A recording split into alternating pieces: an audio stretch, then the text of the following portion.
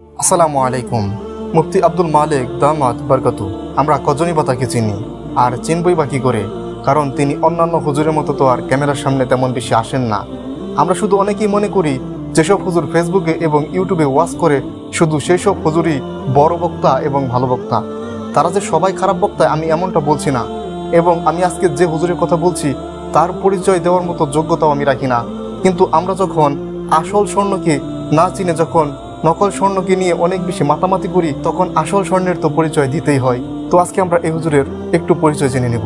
মুফতি আব্দুল মালেক হুজুর বর্তমান বাংলাদেশের জাতীয় মসজিদ বাইতুল মোকাররমের খতিব, এবং আমরা হয়তোবা অনেকেই লক্ষ্য করেছি মার্চ ফর গাজায় যখন তিনি সোহরাওয়ার্দী উদ্যানে আসেন তখন তিনি খুবই সাদাসিধে পোশাক এবং সেলাই করা জুতা পরে সেখানে আসেন।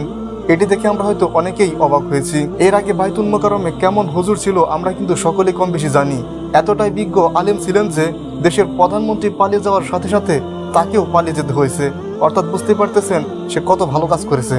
আমরা হয়তো এতদিনে বাইতুল মোকাররমের জন্য এবং আমাদের দেশের জন্য একজন যোগ্য আলেম খুঁজে পেয়েছি। দেশের প্রায় প্রত্যেকটা বড় বড় আলেমই একথা এক বাক্যে স্বীকার করবেন, বর্তমান বাংলাদেশের যদি 5 জন হুজুর থাকে বিজ্ঞ আলেম, তার মধ্যে অন্যতম মাওলানা আব্দুল মালেক দামাত বরকতু। ইনি এমন একজন হুজুর যিনি খুব বেশি ক্যামেরার সামনে আসেন না। আমাদের অনেকেরই ধারণা যেসব হুজুরের ওয়াজ আমরা শুধু মোবাইলে শুনি সেই সব হুজুরই বড় হুজুর। কিন্তু একটা কথা বলে দিই, বাংলাদেশে এখনো এমন এমন আলেম আছে যেসব হুজুর হয়তোবা আমরা ক্যামেরার সামনে দেখতে পাই না, এবং তাদের দোয়াতেই হয়তোবা আমাদের বাংলাদেশটা এখনো আল্লাহ তাআলা কোনো বড় আযাব থেকে টিকিয়ে রেখেছেন।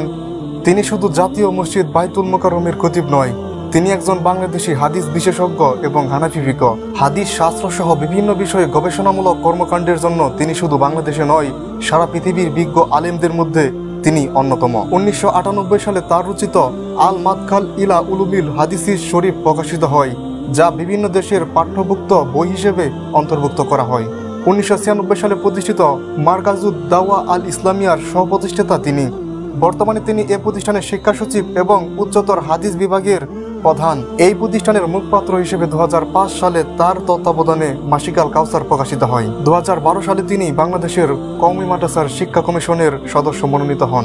এছাড়াও তিনি ভারতের ইসলামী ফিকহ একাডেমির সদস্য। তিনি অনেকগুলো বইও লিখেছেন। তার প্রকাশিত এবং অপ্রকাশিত গ্রন্থ মোট 20টিরও অধিক। আমাদের আফসোস হওয়া দরকার এরকম একজন আলেমকে আমরা চিনি না।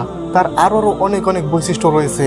আমরা চিনি সেসব হুজুরকে যারা ওয়াজের মঞ্চে উঠে বিড়ি খাওয়া শেখায়, নাচ দেখায়, গান করে এবং প্রেমের আলাপ করে। সেসব হুজুরকে আমরা বড় বক্তা মনে করি, বড় আলেম মনে করি। এটা আমাদের সত্যি দুর্ভাগ্যের বিষয়। আমরা এত বড় আলেম থাকার পরও তাদেরকে আমরা চিনি না। মুফতি আব্দুল মালেক দামাত বরকতু তিনি শুধু বাংলাদেশের জাতীয় মসজিদের খতিবই নয়, তিনি বাংলাদেশের একজন সম্পদ। মুফতি আব্দুল মালেক দামাত বরকতু হুজুরের মতো বাংলাদেশে এরকম হুজুর আছে বলেই বাংলাদেশ হয়তোবা এখনো অনেক বিপদ বালা মুসিবত থেকে বাঁচিয়ে রেখেছেন আল্লাহ তাআলা তাদের দোয়াই।